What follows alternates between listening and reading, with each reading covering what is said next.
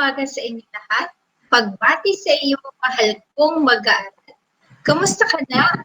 Lubos ang aking kasiyahan dahil napagtagumpayan mo ang mga aralin sa ikalawang markahan.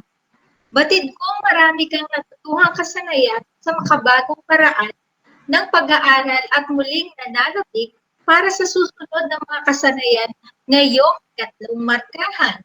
Ituloy mo lang yan. Hindi hadlang anumang suliranin sa mag-aaral na katulad mo na may pagpapahalaga sa edukasyon. Hello! Sa pagsisimula natin, handa ka na ba sa susunod na mga kasanayan? Halika't muli tayong mag-aral at matuto sa araling nakapaloob sa linggong ito. Ang linggong ito ay kinapapalooban ng mga kasanayan o aralin tungkol sa una, pagsagot sa mga tanong tungkol sa napakinggan o binasang ulat at teksto pang impormasyon. Ang pangalawa, ang pagbibigay ng lagom o buod ng teksto na pakinggan o nabasa.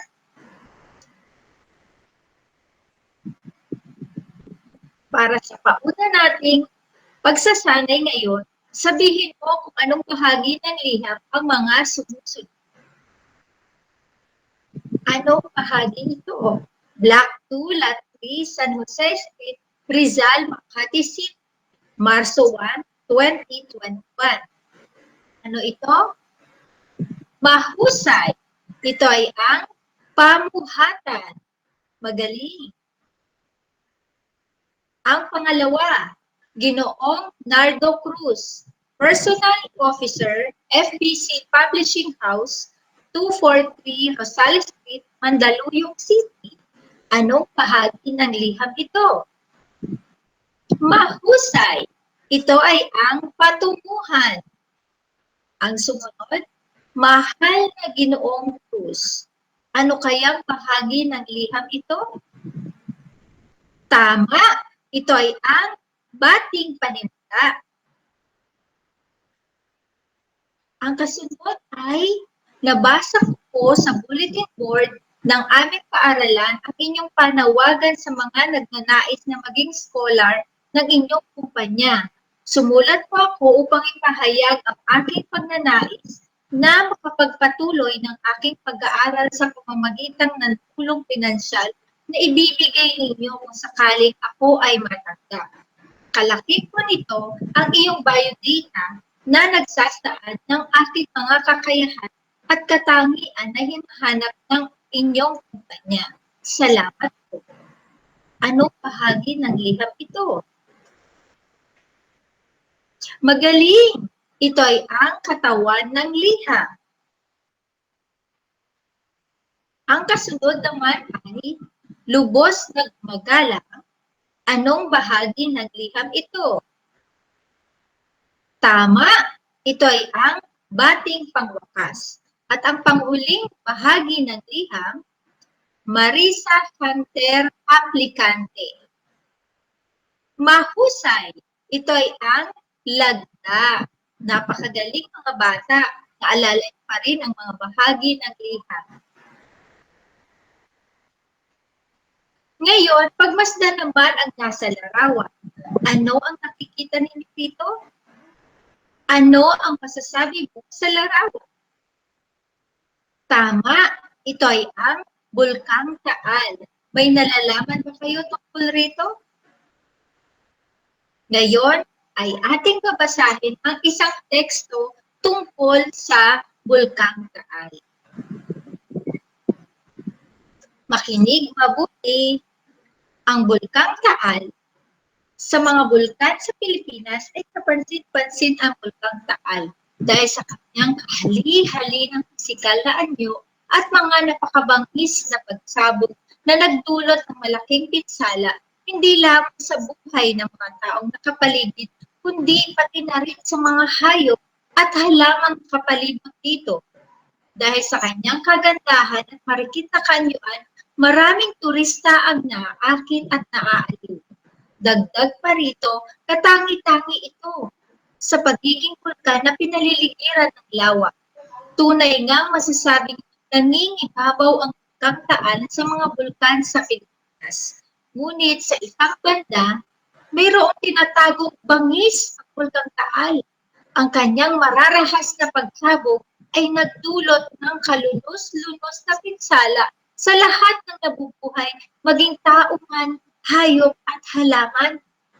Sa katunayan, pumutok ito ng 41 beses simula noong 1572 at ayon sa mga eksperto sa bulkan, ito ay isa sa 10 nakamamatay na bulkan sa buong mundo.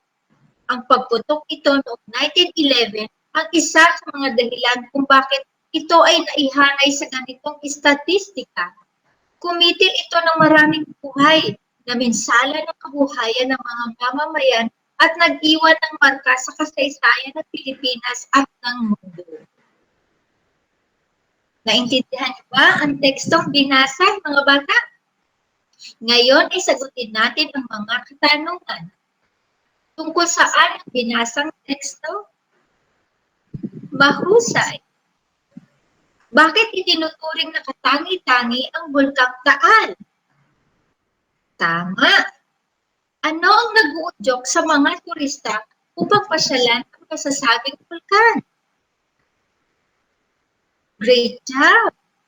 Paano napabilang sa istatistikang isa sa 10 nakamamatay na bulkan sa buong mundo ang Bulkang Taal?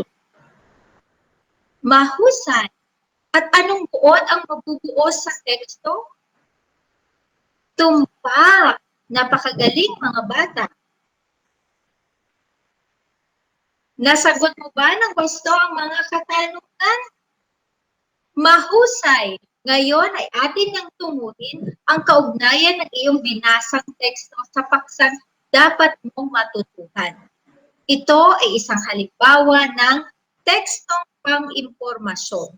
Ang tekstong pang-impormasyon ay naglalahad ng mga bagong kaalaman, pangyayari, paniniwala at mga impormasyon.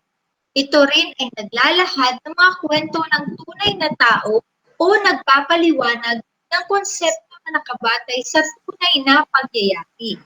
Kadalasang, sinasagot ito ang mga tanong na ano, sino, bakit, saan, kailan, at paano. Ang karaniwang halimbawa nito ay aklat, balita, dyaryo, poster, o mga babasahing maaaring mapagkuhaan ng impormasyon.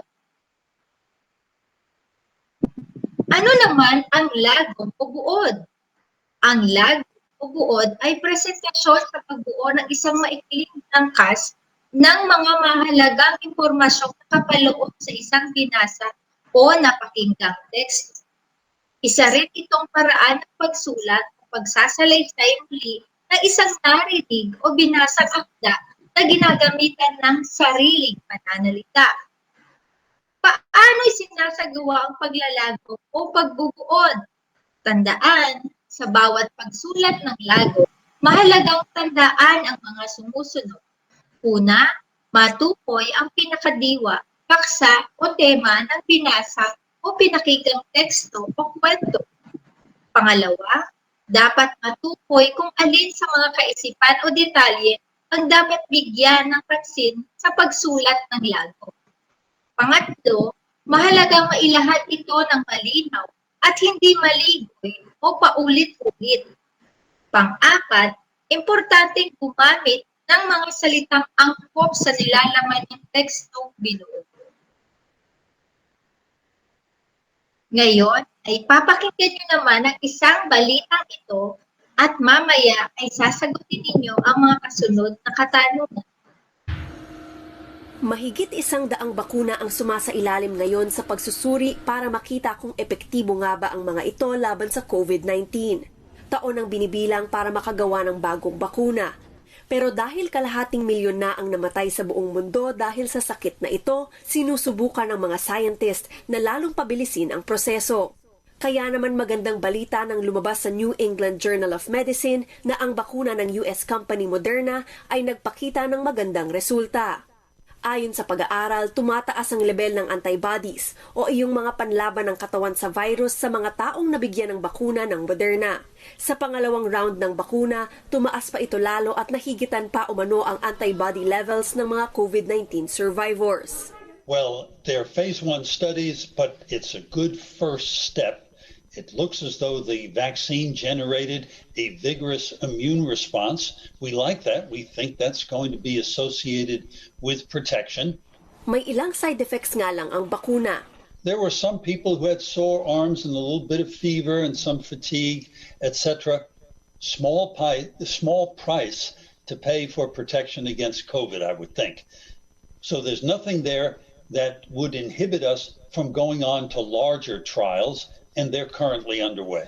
Nauna nang sinabi ng eksperto ng Department of Science and Technology na ang bakuna ng Moderna ay isa sa mga posibleng magamit panlaban sa pandemya. Ang aming panel ay patuloy at masugid na tinututukan ang vaccine trials around the world. Ang nakikita po namin na nag-stand out ay ang galing sa UK, ito po yung Oxford vaccine. Sa US, medyo dalawa yata yun, sa Moderna, at yung sa China. Kung magtuloy-tuloy ang magandang resulta, maaring mapabilang ang Moderna sa vaccine clinical trials ng World Health Organization. Umaasa ang Pilipinas na makasali dito para mabigyan agad ng akses sa bakuna at mapigil na ang patuloy na pagkalat ng sakit sa bansa. Christine Sabilio, ABS-CBN News. Ayan, napakinggan niyo ba ng maayos ang balita?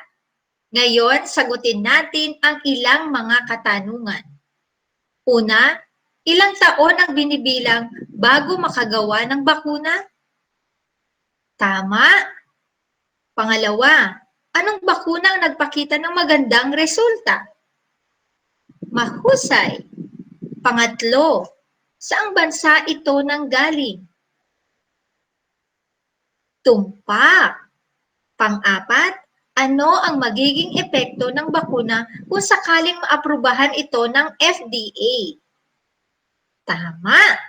Mula naman sa inyong mga kasagutan, bumuo ng isang buod hinggil dito. Great job! Nakuha mo! Tingnan ang nasa larawan. Nakikita niyo ang isang bata at isang nurse na nakangiti sa isa't isa. Anong masasabi mo ngayong naghigpit na naman ang gobyerno tungkol sa paglabas ng bahay? Kapag dumating na ang sapat na bakuna, nais mo rin bang mabigyan nito? Bakit? Anong benepisyong naibibigay ng pagbabakuna?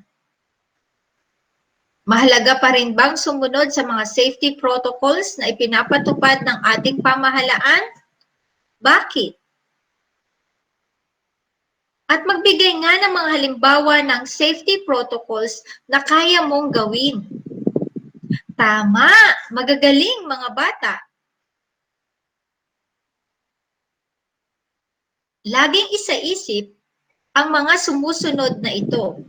Paano nasasagot ang mga tanong tungkol sa tekstong pang-impormasyon? Pangalawa, paano naibibigay ang lagom o buod ng tekstong binasa o pinakinggan? At dugtungan ang pahayag na ito. Isulat sa kwaderno bilang refleksyon sa araw na ito. Sa araw na ito ay natuto akong isulat ang iyong natutuhan. Great job mga bata!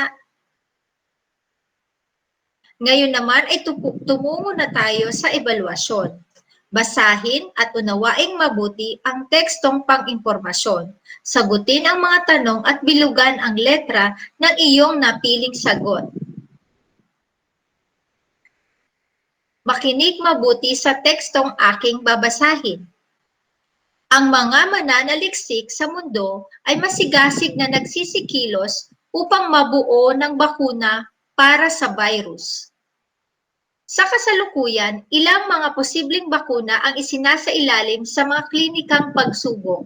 Gayunpaman, hindi natin alam kung gaano katagal ang kakailanganin sa pagbuo ng bakuna.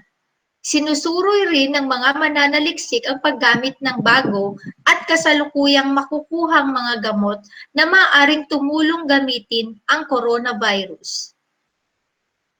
Halimbawa, ang gamot na tinatawag na remdesivir sa panahon sa panlaban sa virus ay nabigyan ng pansamantalang pag-aproba sa Australia upang gamitin ng mga tao na may malubhang COVID-19.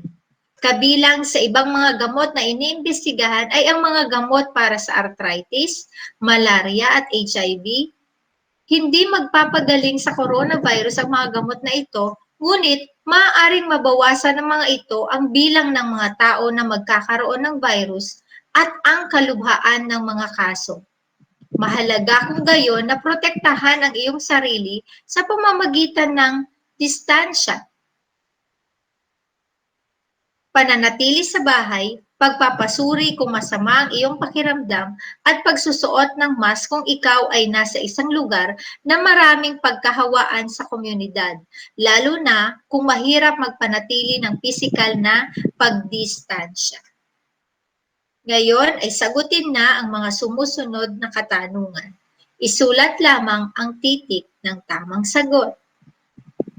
Una, sino ang masigasig na kumikilos upang makabuo ng bakuna sa COVID-19?